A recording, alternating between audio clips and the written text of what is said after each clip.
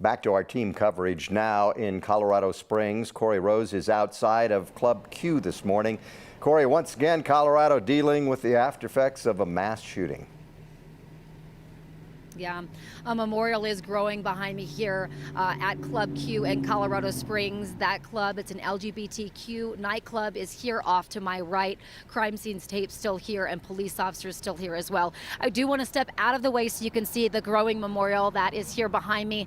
It's filled with flowers and candles, balloons, messages, and then really this whole street is lined with journalists from all over the country. Here's what we know as of this morning. At least 5 people are dead, 25 others are hurt.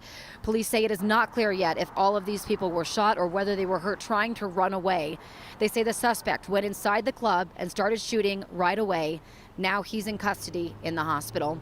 My colleague Jordan Chavez is joining me now here in the Springs as well, and this community is really reaching out. Yeah, you know, this is something that a lot of people right now are hurting from, not just here in Colorado Springs, Corey, but the LGBTQ plus community as a whole. This is a big conversation online. A lot of people right now checking in on each other. Of course, though, because places like Club Q, these are supposed to be safe havens for people within the LGBTQ plus community. This is somewhere they go to feel accepted when they felt like the rest of society may have rejected them. So the actual owners of the club, they're now weighing in. We were able to hear from them yesterday about all of this. They say that this is a place where a lot of kids, you know, they grow up when they turn 18 or 19 and they feel a little bit more comfortable living their truths, and they come to places just like Club Q, and these owners have seen that happen time and time again. And with historic events happening in recent years, like the legalization of gay marriage and more acceptance of the LGBTQ plus people, they say it became a place where a lot of allies would actually come and support their friends within the LGBTQ plus community as well. Now, unfortunately, what happened here has some people questioning if Club Q and other LGBTQ plus clubs are still safe for them to be. However, others are saying we refuse to be intimidated. They were forces in this community. They were known.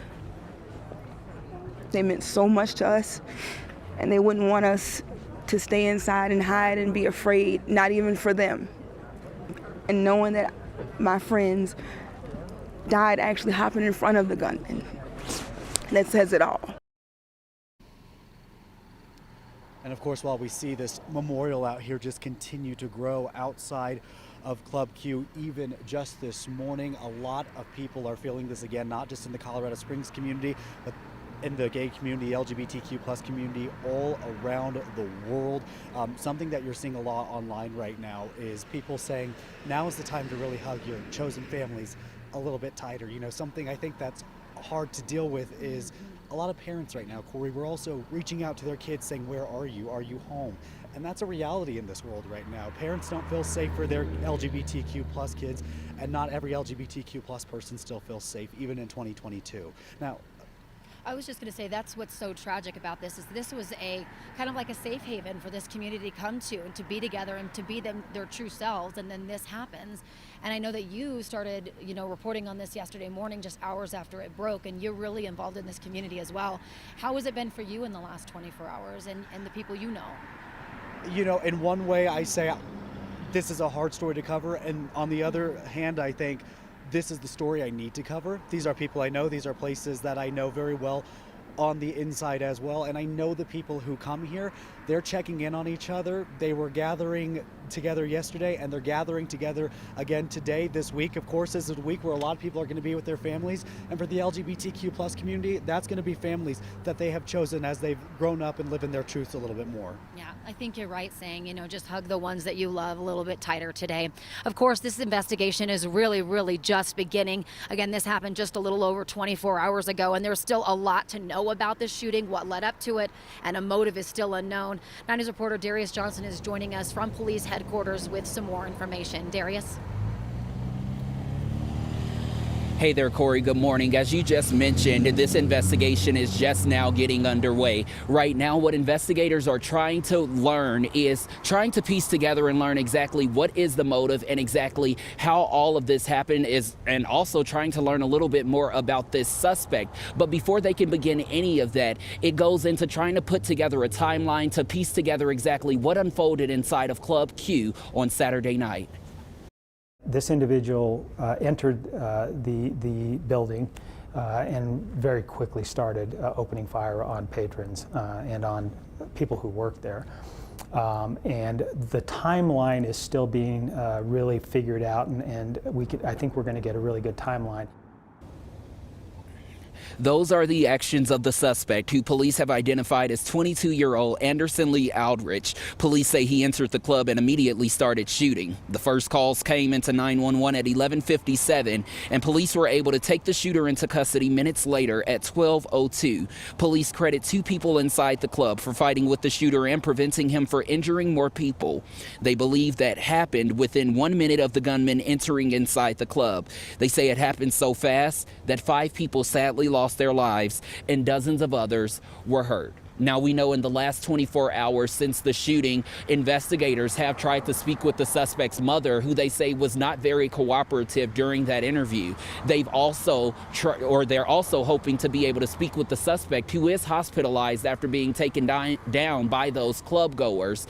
One thing that they're saying right now, speaking to the people who know the suspect or speaking to the suspect is going to be key in moving forward, because that's going to be the only way for them to learn exactly how all of this happened and possibly being able to put together the motive in all of this as well. We're going to continue our coverage this morning and send things back to Corey Rose, who's over at the memorial. Yeah, a lot to still learn from this investigation in this shooting. Darius, thank you. Of course, there have been memorials and vigils, not just here in the Springs, not just here in Colorado, but really across the country. Yeah, 9 News reporter John Glasgow is back in studio this morning to talk a little about some of the reaction that we're seeing all across the U.S. right now. John? You're absolutely right. Reaction pouring in from across the country. President Joe Biden saying in a statement that places of acceptance and celebration should never be turned into places of terror and violence. The president is also calling for tougher gun safety laws as another community has been torn apart by another mass shooting. Across the U.S., people in the LGBTQ+ community and their allies are coming together to remember the lives lost in Colorado Springs. A memorial service was held in Orlando, where in 2016, 49 people were killed at the Pulse nightclub when a gunman opened fire. That was the second deadliest shooting in American history. Police have yet to confirm a motive here, but the assault comes amid a growing trend of anti-gay crimes, up more than 50% this year. Colorado Governor Jared Polis is the first openly gay man elected to governor. He called the news of the shooting horrific, sickening, and devastating. This was just a place of safety for people. It was a place where people could, in a conservative community, often get the acceptance that too many of them might not have had at home or in their other circles. And to see this occur is really just put us all in a state of shock here in Colorado and across the country. So Governor Polis ordered flags lowered to half-staff on all public buildings statewide. That's starting this morning, Gary.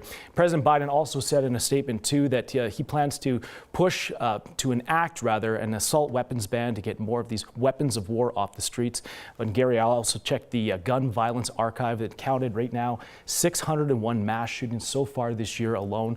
Of those shootings, 20 involved 5 or more fatalities. That includes the latest shooting at the club here in Colorado Springs. 600, yeah. I mean, it's incredible when you look at that number. But you know, obviously, the will for any sort of gun legislation is not there. Or with 600 people, it would have happened. You would think. You think with these types of weapons that are used in these crimes, I mean, there's just. As he mentioned, it's a weapon of war. Yeah, you can kill so many people so quickly, and in this situation, this happened in a matter of minutes in Colorado Springs. Okay, thank you much. We appreciate it, John, and we'll check back in with our crew in Colorado Springs in a little bit. This is a hard time for all of us, especially the LGBTQ+ community. If you do need to talk to someone, know that help is available. Just head to our website. We have an article with several mental health resources available. That's at 9news.com. The Colorado Healing Fund has also been activated. That is a way to donate money in a secure way that will go to people who are affected by this tragedy as a long-term recovery.